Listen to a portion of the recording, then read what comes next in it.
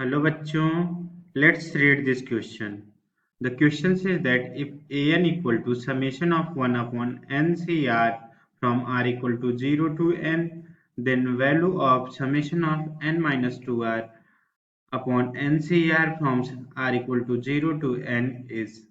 So the key concept for this question is ncr equal to n factorial divided by n minus r factorial into r factorial, that is ncr equal to n factorial divided by n minus r factorial into r factorial, and ncr equal to ncn minus r.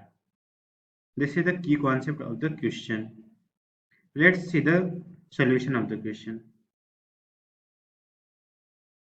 हमें दिया गया है कि A N equal to summation of R equal to 0 to 1 upon N C R है, और हमारा जो value किसकी फाइंड करनी है, आर इक्वल टू 0 से n minus 2 r divided by n C r की।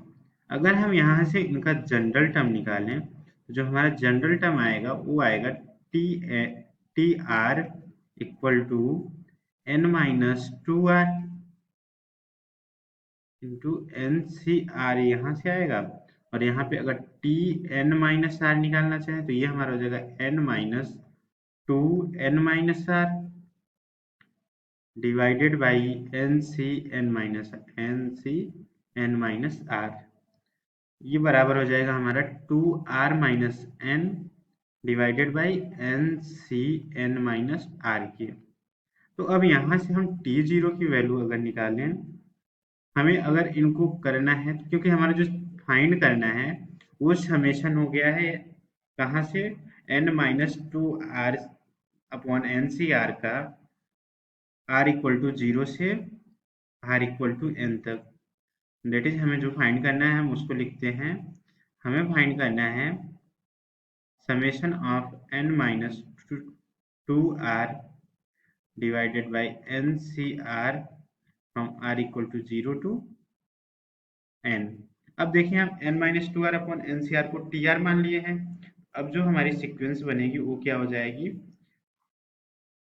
t0 जब r 0 होगा, फिर t1, फिर t2, फिर t3, अब टू कहाँ तक जाएगा, tn तक जाएगा।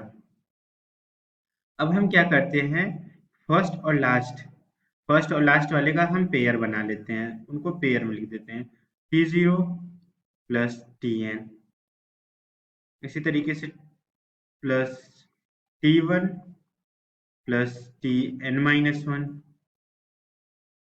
Plus t2 plus tn minus 2।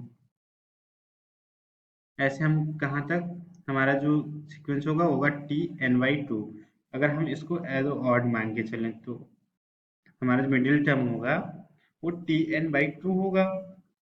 तो यहाँ से अब देखिए हमें t0 की वैल्यू कितनी दी गई है, अगर हम इस फॉर्मूला में पुट करें tr equal to n minus 2r upon N C r, यहाँ से t0 की वैल्यू हमें मिल जाएगी n upon N C naught, और tn की वैल्यू हमें मिलेगी n upon N C N.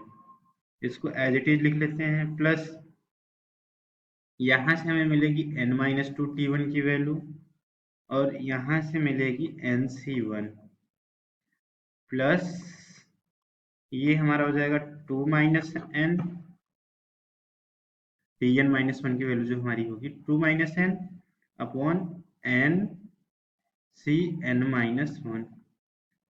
अगर इसी तरीके से हम चलते जाएंगे तो यहाँ पे हमारा जो लास्ट टर्म मिलेगा वो मिलेगा, हम अगर यहाँ पे n की जगह क्या रखते हैं n/2, ये हो जाएगा हमारा n minus 2 into n/2 upon nc2।